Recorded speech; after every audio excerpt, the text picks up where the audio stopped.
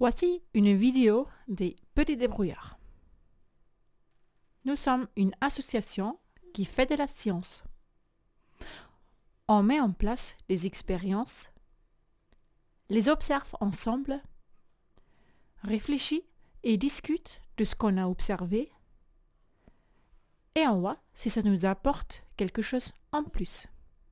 Et cela nous amène probablement à d'autres questions et ensuite. Pour cette séance 2, tu as besoin de quoi à écrire, une bouteille en plastique, un ballon, un peu de compost, une balance, un thermomètre, un peu d'huile,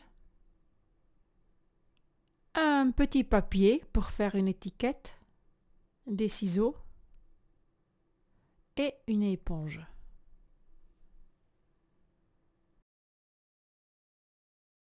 Les énergies fossiles, dont le gaz naturel et le pétrole, sont limitées. Donc, si on continue à en consommer comme on le fait aujourd'hui, on n'en aurait bientôt plus. C'est donc important de trouver des alternatives renouvelables, donc qui ne s'épuisent pas, mais se renouvellent naturellement et plutôt vite. Ce que nous amène à parler de la biomasse. La biomasse, c'est l'ensemble de la matière organique, donc tout qui est d'origine animale ou végétale.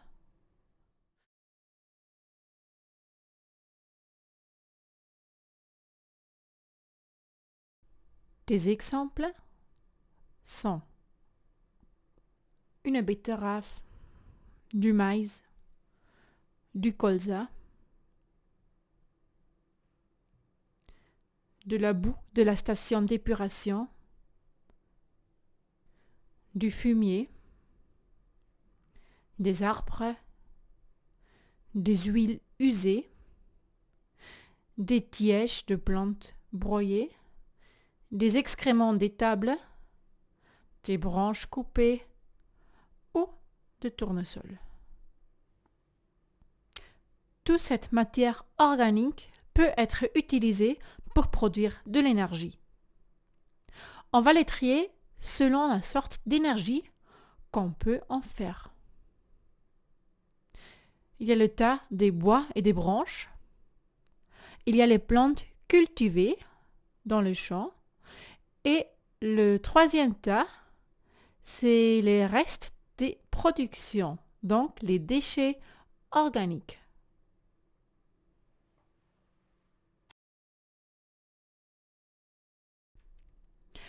On va maintenant remplir le tableau. Dans les différentes colonnes, on va mettre les différentes matières organiques dans le groupe qu'on vient de faire. Quelle forme d'énergie on peut en produire? Comment on utilise cette énergie? Et quelles sont les limites de cette énergie?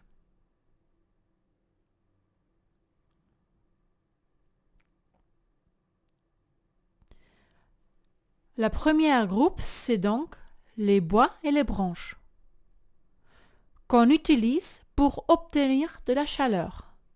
Par exemple, dans un poêle. On l'utilise à la maison. Et les points de vigilance, c'est la déforestation, donc si on coupe trop d'arbres, et l'émission du CO2 en brûlant du bois.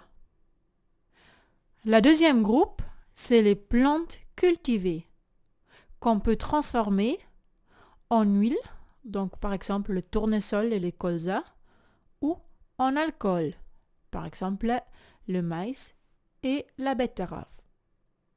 Ces huiles et cet alcool, on peut utiliser comme carburant dans nos véhicules. La limite, c'est si on utilise nos champs pour produire des plantes pour nos voitures, on n'aurait plus trop de la place pour faire pousser des plantes pour nous nourrir. Le troisième groupe, c'est le groupe des déchets organiques. Ils peuvent nous servir pour produire du biogaz. Ce gaz peut être utilisé pour chauffer et aussi comme carburant dans nos voitures. La limite, c'est une dépendance d'une grande quantité stable des déchets organiques. Et maintenant, toi, tu vas essayer de produire du biogaz. Nous, on a mis en place des différents échantillons avec différents types de matières organiques dans des bouteilles qu'on a fermées avec un ballon. Il faut maintenant les mettre à la chaleur et voir si un gaz est produit. Cela se verrait si le ballon gonfle. Juste une petite précision. Pour produire du vrai biométhane, il faudrait une absence de l'oxygène. Nous, on ne peut pas travailler sans oxygène. Donc, ce qu'on met en place, c'est plutôt une analogie du biométhane.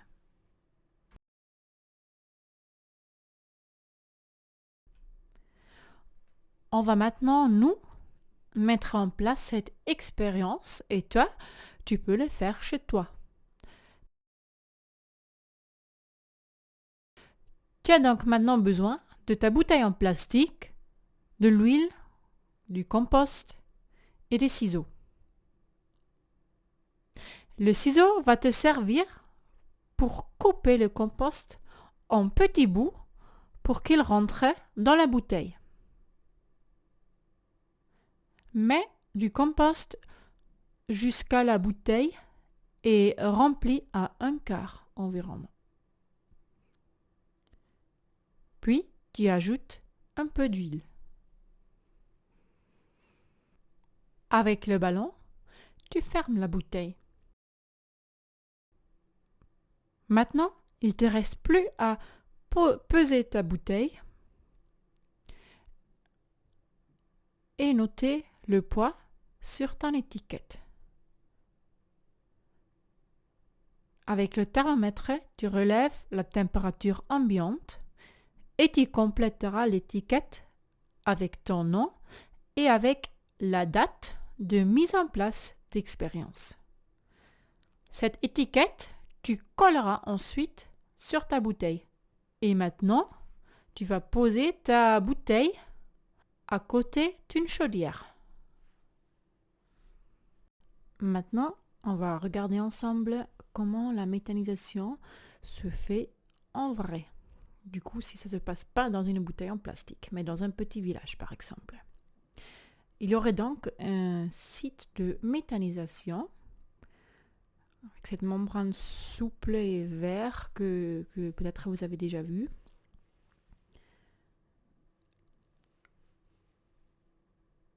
Du coup, avec les bâtiments de récupération des déchets aussi, de traitement et du coup de l'injection dans le système. Puis il y aurait une école, une station-service dans notre petit village, une ferme ou autre maison et puis une piscine publique.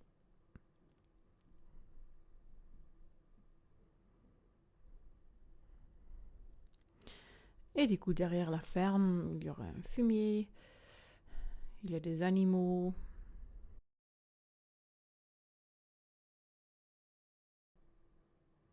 Du coup, la première étape, ça serait la collecte des déchets.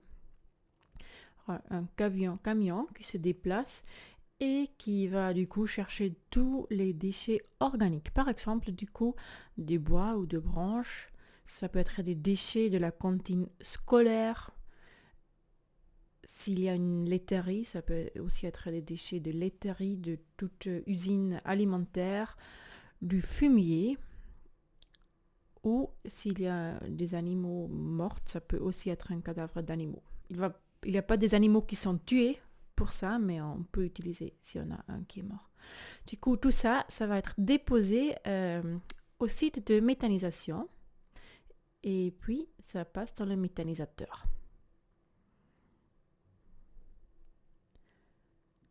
Du coup, là, on a une découpe, une image de méthanisateur. Et du coup, là, on voit bien la membrane souple qui va être gonflée par le gaz, comme le faisait le ballon dans notre expérience. Il y a du coup l'endroit où il y a les déchets organiques qui rentrent dans le site et qui vont être brassés à une température de 38 degrés. Et il n'y aurait pas d'oxygène là-dedans. Pourquoi? Parce que du coup, c'est les bactéries qui vont produire en fait du coup ce méthane, ce gaz-là.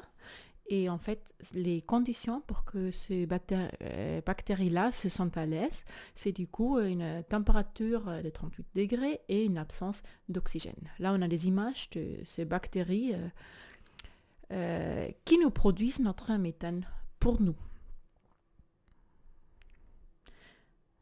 Du coup, il y a le produit gaz, mais il y aurait aussi un produit liquide et solide, du coup le digestat. C'est ce que vous allez aussi retrouver dans votre bouteille. Après quelques temps, il va y avoir un liquide qui va se produire. Et du coup, ce liquide et le solide, on peut s'en servir comme de l'engrais et le mettre sur des champs pour nourrir la terre. Notre corps, d'ailleurs, il marche un petit peu aussi comme une site de méthanisation. On mange de la matière organique qui va être traitée et du coup, on va produire du gaz, de l'urine, du coup de liquide, et avec les selles aussi du solide.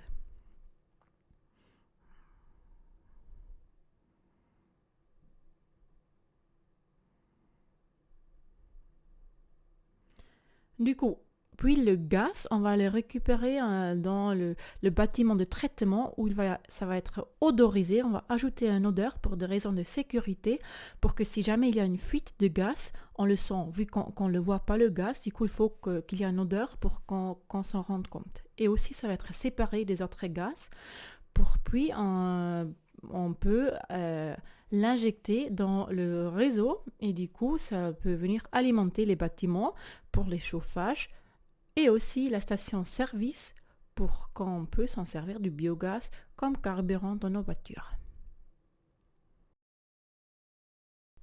Pour parler du bilan de cette énergie, on va du coup jeter un coup d'œil sur les avantages et les limites de cette source d'énergie. Pour les avantages, il y a la large disponibilité de la ressource biomasse sur Terre, le fait d'utiliser des déchets pour en produire une énergie, le fait de ne pas utiliser une énergie fossile, mais une renouvelable, et que c'est possible de produire cette énergie localement et donc pas besoin d'aller la chercher et transporter de loin. Pour les limites, il faut trouver un équilibre des terres agricoles. Ça veut dire qu'il ne faut pas qu'on arrive là à utiliser les champs pour produire des plantes pour le biogaz au lieu de produire des plantes pour nous nourrir. La qualité du digestat est difficile à contrôler vu que c'est un mélange de différents déchets qu'on met dans nos méthanisateurs et que c'est une installation coûteuse.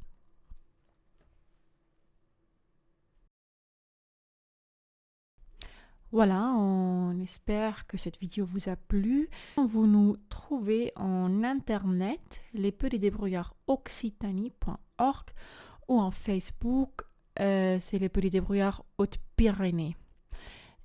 Et si jamais vous avez envie de faire encore d'autres petites expériences, là, pendant ce temps que vous êtes à la maison ou même après, il y a le site Wiki Débrouillard. Là, vous trouvez plein des expériences et du coup, que vous pouvez faire chez vous. Il y a pas mal de choses avec pas besoin de beaucoup de matériel, du coup, avec des choses que vous pouvez trouver chez vous à la maison. Au revoir et à une prochaine.